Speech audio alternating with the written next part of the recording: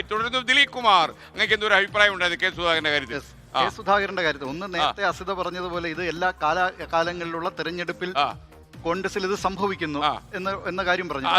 അതിനകത്തൊരു പതനം കണ്ടെത്തി. അതിനെക്കുറിച്ച് ഞങ്ങളുടെ അഭിപ്രായം എന്താ? അല്ല, അത് കോൺഗ്രസിൽ മാത്രമല്ല, കേഡർ പാർട്ടി എന്ന് പറയുന്ന CPIM-ൽ പോലും എത്രയോ തവണ CPIM-ന്റെ കേന്ദ്ര നേതൃത്വം തീരുമാനിക്കുന്നു ഇവിടെ VS അച്യുതാനന്ദനെ സ്ഥാനാർത്ഥിയാകേണ്ട. ജനങ്ങൾ അണികൾ തെരുവിലിറങ്ങുന്നു, വലിയ പ്രതിഷേധം നടത്തുന്നു. CPIM-ന് ആ തീരുമാനം മാറ്റേണ്ടി വരുന്നു. അതിനു മുമ്പ് ഇതൊക്കെ ഉണ്ടായിട്ടുണ്ട്. ഇതിൽ ഏറ്റവും തമാശ എന്ന് പറഞ്ഞാൽ ഞാൻ പറഞ്ഞു, ജനം ഒരു തെരഞ്ഞെടുപ്പ് കാലത്താണ്, ജനം തെരുവിലിറങ്ങുകയാണ്. ശരിയാണ് ഞാൻ പറയുന്നത്. അതായത് ഇപ്പൊ ഈ സാഹചര്യത്തിലും സുധാകരനെ കുറെ ആളുകൾ അല്ല, ഞാൻ അസിത അതല്ല CPIM എന്ന് പറയുന്ന ഒരു കേഡർ പാർട്ടി, അതിന്റെ ഒരു കേന്ദ്ര നേതൃത്വം ഒരു തീരുമാനമെടുത്ത് കേരളത്തിൽ കൊണ്ടുവന്നപ്പോൾ അത് നടപ്പാക്കാൻ കഴിഞ്ഞില്ല. എന്തുകൊണ്ട്?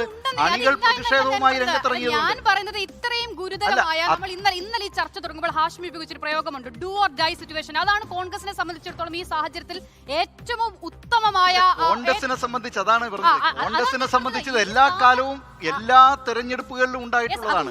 എല്ലാ നിയമസഭാ തെരഞ്ഞെടുപ്പ് കാലത്തും 10 വർഷമായി അധികാരത്തിൽ നിന്ന് മാറി നിൽക്കുകയാണ്. ഒരു കഴിഞ്ഞ കുറച്ച് നാളുകൾക്ക് മുൻപുള്ള ചർച്ച സജീവമായി. ഞാൻ പറഞ്ഞ അസിത 10 വർഷമല്ലേ ഉള്ളൂ, അധികാരത്തിൽ നിന്ന് എത്രയോ കാലമായി പുറത്തുപോയ ബീഹാറിലൊക്കെ ഇപ്പോഴും ഒരു തെരഞ്ഞെടുപ്പ്, നിയമസഭാ തെരഞ്ഞെടുപ്പ്, കഴിഞ്ഞ നിയമസഭാ തെരഞ്ഞെടുപ്പിൽ എന്താ നടന്നത്?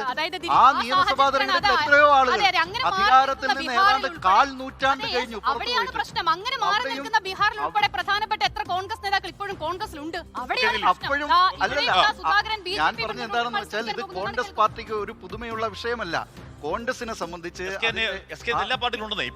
ഇപ്പൊ അന്ന് 2001 മുതൽ 2006 വരെ VS അച്യുതാനന്ദൻ പ്രതിപക്ഷ നേതാവായി കേരളത്തിന് അങ്ങോളം ഇങ്ങോളം നടന്നു ഉള്ള മലയായ മല മൊത്തം കയറി അവിടുത്തെ വലിയ ജനകീയ സ്ഥാനാർത്ഥിയായി. VS നെ വെട്ടി അദ്ദേഹത്തിന്റെ പേരങ്ങോട്ട് കൊടുത്തില്ല. ജനം തെരുവിലിറങ്ങിയപ്പോൾ CPM പോലെ ഒരു കടുത്ത പാർട്ടിക്ക് എടുത്ത തീരുമാനം കേഡർ പാർട്ടി എടുത്ത തീരുമാനത്തിൽ പിന്നോട്ടില്ല എന്ന് പാർട്ടി എന്താണ് സമസ്താപരാധം പറഞ്ഞുകൊണ്ട് ആ തീരുമാനം പിൻവലിച്ചു VS നെ സ്ഥാനാർത്ഥി പട്ടികയിൽ കയറ്റി മുഖ്യമന്ത്രിയാക്കി.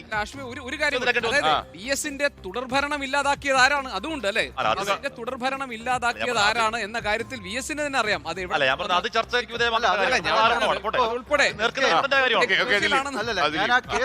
കെ സുധാകരന്റെ വിഷയത്തിലേക്ക് വരാം. കെ സുധാകരന്റെ കാര്യത്തിൽ കോൺഗ്രസിനെ സംബന്ധിച്ച് ഏതായാലും അത്ര എളുപ്പത്തിൽ, ഇപ്പൊ നേരത്തെ ഹാഷ്മി പറഞ്ഞല്ലോ ഇന്നലെ തീരുമാനിച്ചു കഴിഞ്ഞു, സംഭവം അത് ശരിയായിരിക്കാം, ആ വാർത്ത ശരിയാണ് എന്നുള്ള കാര്യത്തിൽ ചിലപ്പോ അങ്ങനെയാകാം. പക്ഷേ ഇപ്പോഴും എന്തുകൊണ്ടാണ് ആ പട്ടിക ഇതുവരെ പുറത്തുവിടാൻ കഴിഞ്ഞിട്ടില്ല? ആ പട്ടിക ഇന്നലെ മല്ലികാർജുൻ ഖാർഗെ ഒപ്പിട്ട് വെച്ചിരിക്കുകയല്ലേ.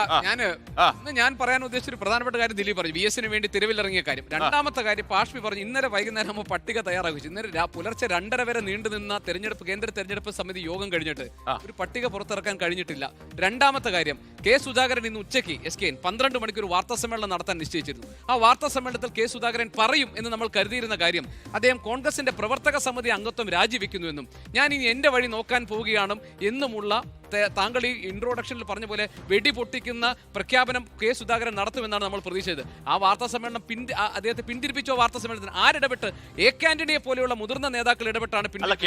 ലോകത്തെവിടെയായാലും ഏത് സമയത്തും 24 വാർത്തകളും ഓഗ്മെന്റഡ് റിയാലിറ്റി പാക്കേജുകളും എക്സ്പ്ലെയിനറുകളും വിശദമായി കാണാൻ ഞങ്ങളുടെ YouTube ചാനൽ നിങ്ങൾക്ക് സബ്സ്ക്രൈബ് ചെയ്യാം.